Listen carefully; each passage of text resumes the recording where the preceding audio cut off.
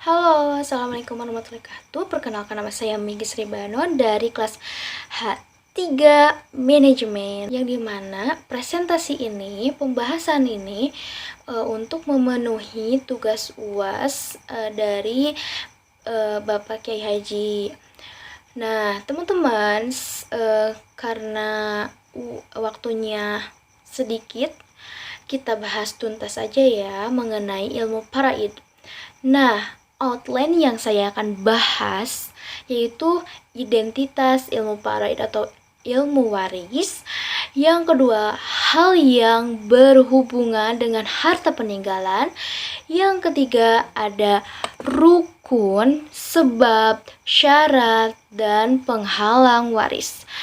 Nah, poin keempat yaitu ahli waris dari laki-laki. Yang kelima, ahli waris dari perempuan. Dan yang terakhir, 3 golongan penerima waris. Oke, kita lanjutkan aja ke materi selanjutnya. Teman-teman, bagi yang kepo, apa sih faraid itu?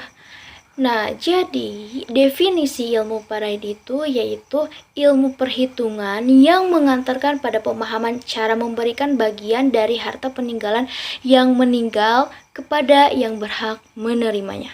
Selanjutnya, 5 hal yang berhubungan dengan harta peninggalan. Poin 1. Biaya yang berkaitan langsung dengan harta tersebut. Contohnya, zakat. Nah, poin kedua, ada biaya yang mengurus jenazah. Nah, ini sesuai dengan standar harga ya teman-teman. Dan ini tuh juga tidak boleh dilebih-lebihkan. Pamali, tahu kan dosa? Nah, itu dosa, nggak boleh dilebih-lebihkan. Yang ketiga, hutang yang ditanggung mayit. Hutang yang ditanggung si mayit. Nah, setelah ketiga itu, maka poin keempat yaitu wasiat tidak boleh lebih dari 1/3.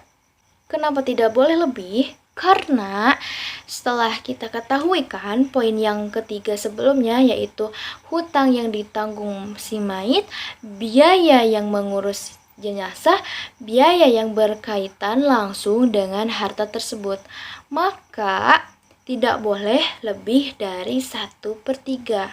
Nah, teman-teman, wasiat juga diberikan selain ahli waris.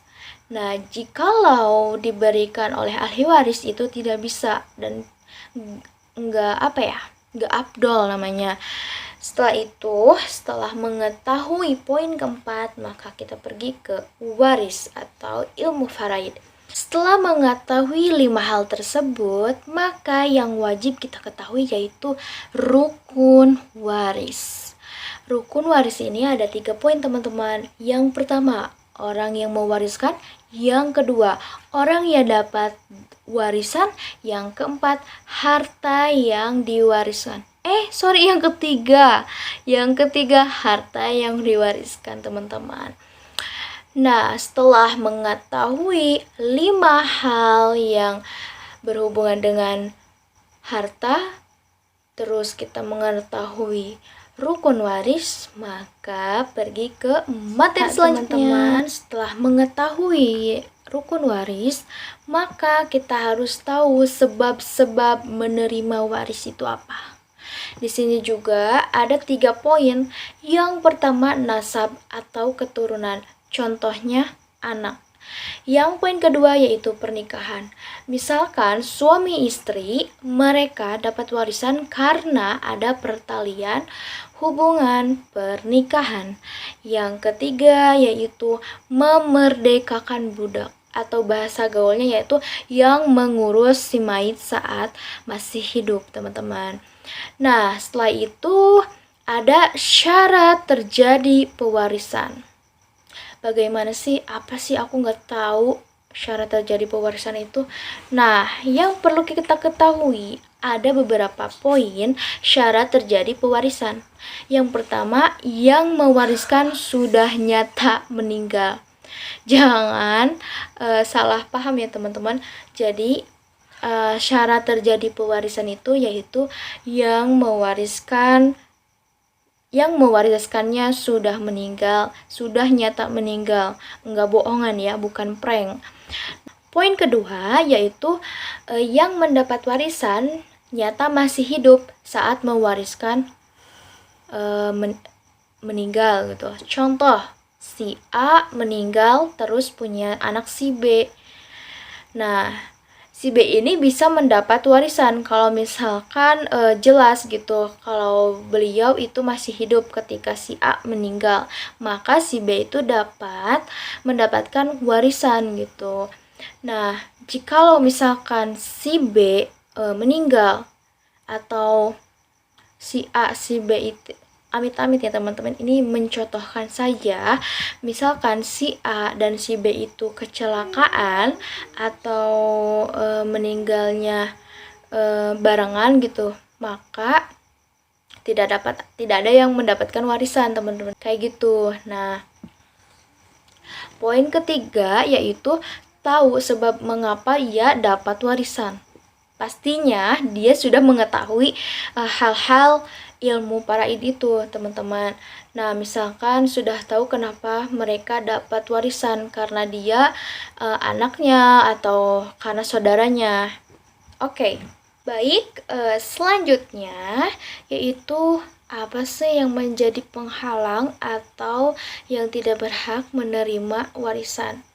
Poin ke-1 yaitu membunuh orang yang mewariskan. Itu nggak berhak banget untuk mendapatkan ahli waris gitu teman-teman. Yang kedua yaitu menjadi budak. Atau di zaman sekarang sih nggak ada kan ya, nggak ada yang menjadi budak kayak gitu kan.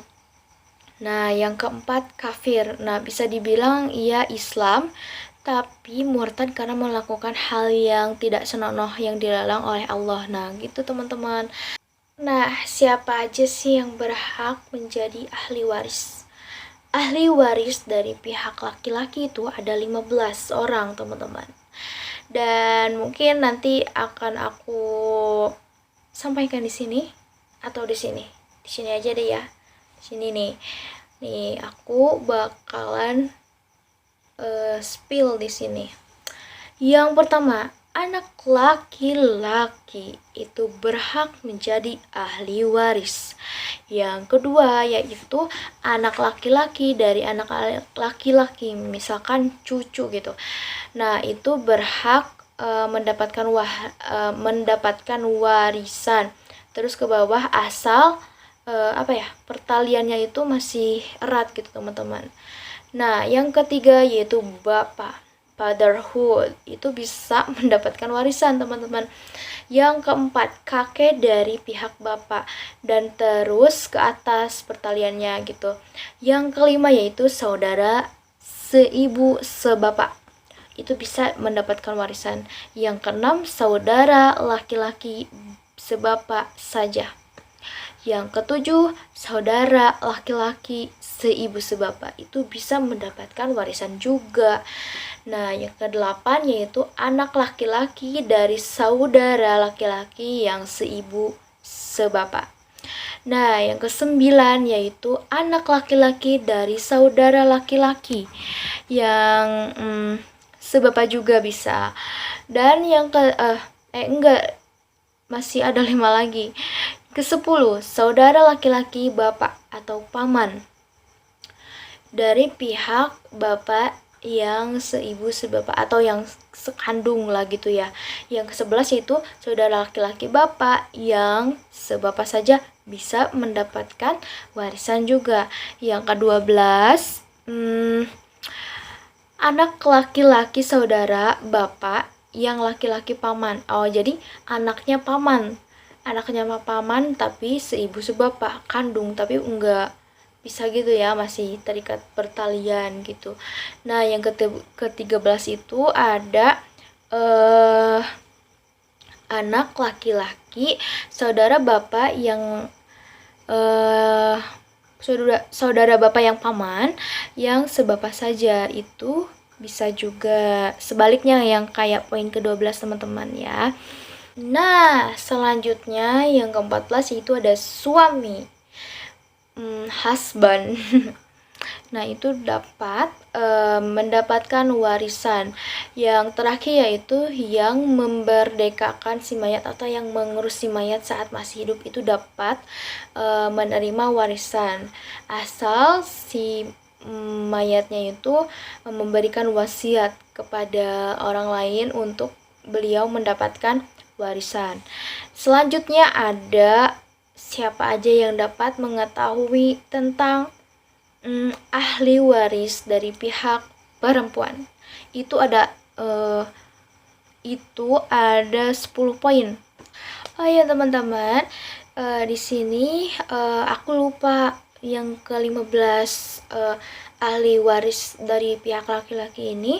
Jika 15 orang tersebut di atas semua ada, maka yang mendapat harta warisan atau pusaka dari mereka yaitu hanya 3 orang saja, yaitu bapak, anak laki-laki, dan suami, teman-teman. Ingat ya, dari 15 orang tersebut yang intinya saja gitu. Oke, kita bahas mengenai 10 poin ahli pewaris dari pihak perempuan. Yang pertama, pastinya anak perempuan. Yang kedua, anak perempuan dari anak laki-laki dan seterusnya ke bawah. Yang ketiga, my mom, ibu. Dan yang keempat, ada ibu dari bapak. Yang kelima, ada ibu dari ibu ke atas pihak ibu gitu. Masih ada pertaliannya. Yang keenam yaitu saudara perempuan yang seibu sebapak.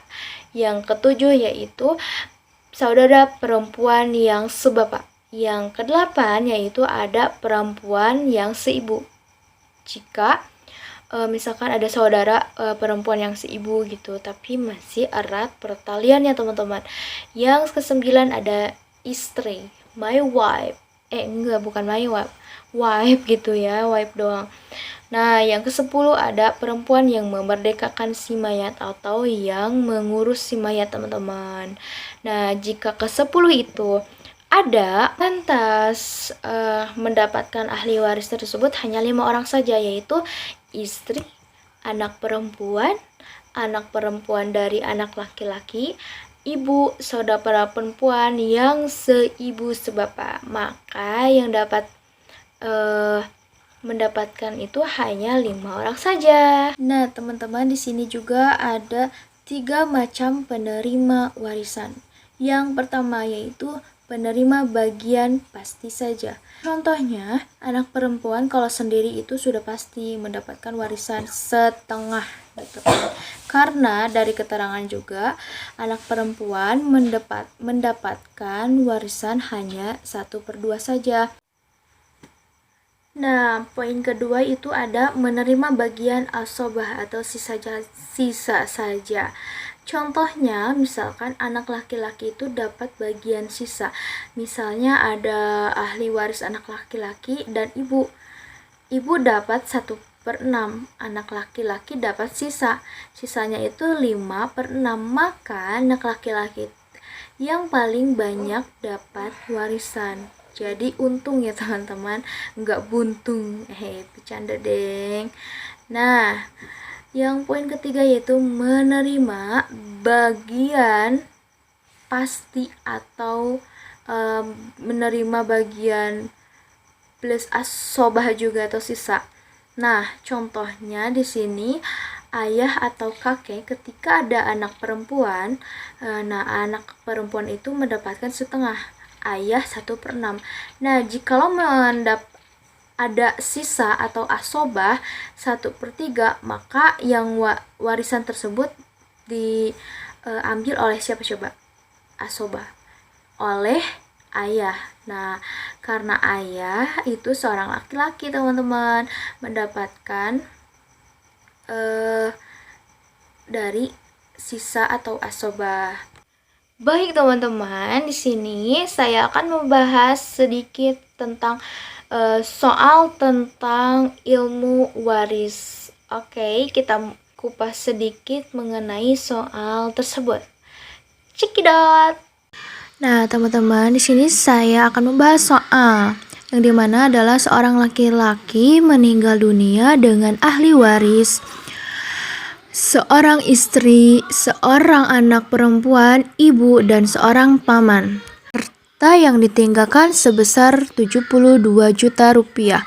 Maka pembagiannya adalah, nah teman-teman, kenapa saya meng-caps lock seorang istri, seorang anak perempuan, ibu, dan seorang paman?